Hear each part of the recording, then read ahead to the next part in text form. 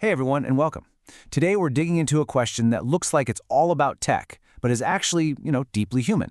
Should your company's training go completely online? It's a huge decision, often driven by the latest trends, but as we're about to see, the right answer comes from understanding people, not just platforms. So let's just put the big question on the table. Should corporate training go fully online? For a ton of companies looking at the future, this feels like the next logical step, right? It seems like the only way to stay modern and competitive. But is it always the right move?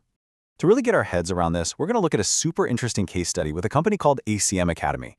They were staring down a really common problem, and the obvious answer was right there in front of them. But as they found out, the obvious answer is very often the wrong one. Okay, so the situation at ACCIM Academy is probably going to sound familiar to a lot of you.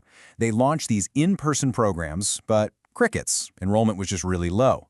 The reason seems pretty straightforward. Professionals, busy people, just couldn't take a whole day off work. The opportunity cost was just way too high. So, the logical fix? Scrap the classrooms, move everything online. Problem solved, right? Well, this is where the story gets really smart. Instead of just jumping on that let's go online bandwagon, the consultant they were working with decided to just pause.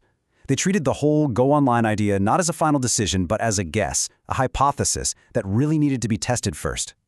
So this was the starting point. The consultant actually used this prompt with an AI tool to help map out an investigation. The goal wasn't just to get a simple yes or no. It was to dig way deeper and figure out what was really driving customer decisions, or, what was stopping them. And this right here is the absolute heart of the story. The entire debate was framed as physical versus online. But what if that wasn't the real issue at all? What if they were putting all their energy into solving the wrong problem? So the investigation kicked off, and they used this really clever mix. They used AI to help structure all the research, but then they combined it with good old-fashioned, in-depth interviews with real people to find the truth. It's such a great example of using tech to supercharge human insight, not replace it. Now, the whole investigation was guided by this really powerful idea called jobs to be done. It's actually pretty simple. The theory is that customers don't just buy products, they hire them to do a job. So the question wasn't, do people want online courses? It was, what job are these professionals actually trying to get done when they sign up for corporate training? So, how'd they do it? It was a pretty straightforward three-step process. First, they used AI to help them define 5 different customer profiles. Second, and this is the most important part, they actually went out and talked to real humans who fit those profiles. And third, they took all those juicy interview insights and mashed them up with hard market data. The whole point of this entire process was crystal clear. Get past the assumptions. They needed to find out what really makes someone decide to buy, what their biggest headaches are, and what they truly expect to get for their time and money. And after all that digging, bam, they had their breakthrough. This was that aha moment where the initial idea about physical versus online just got completely flipped on its head. Get this. The company was totally focused on the format of the training, but the interviews showed that the format was way down the list of priorities. What actually mattered to customers were 2 things. Number 1, were the skills practical? Could they literally use them at their job the next day? And number 2, especially in Malaysia, was the training HRD Corp claimable, which basically means their companies could get the money back from a government fund. That's a huge financial carrot. And you can see it plain as day right here. Practical skills and that financial claimability, those were the absolute deal breakers, non-negotiable. And online flexibility, yeah, it was nice to have, sure, but it was a distant third. And this is so important. Offering an online option might have gotten more people to click on the website, it might have increased interest, but it was never going to be enough to actually make them buy.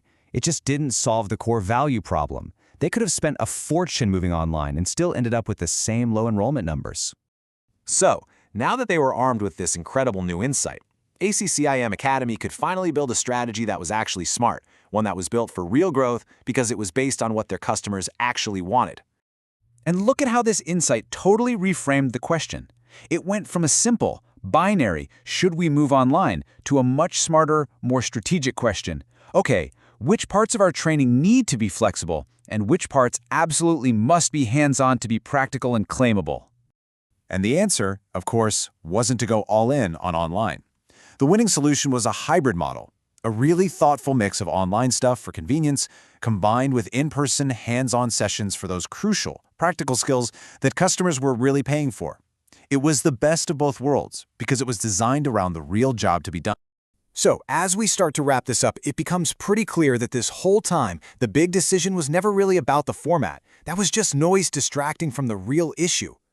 The real decision was about understanding the relationship between core value and convenience. It was about delivering what customers were hiring you to do while also providing flexibility in a way that supported that value instead of replacing it.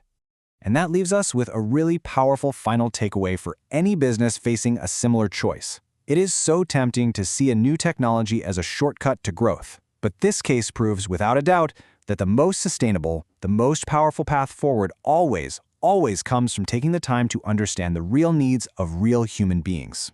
So it kind of makes you wonder, what big question are you trying to answer that might be based on the wrong assumption?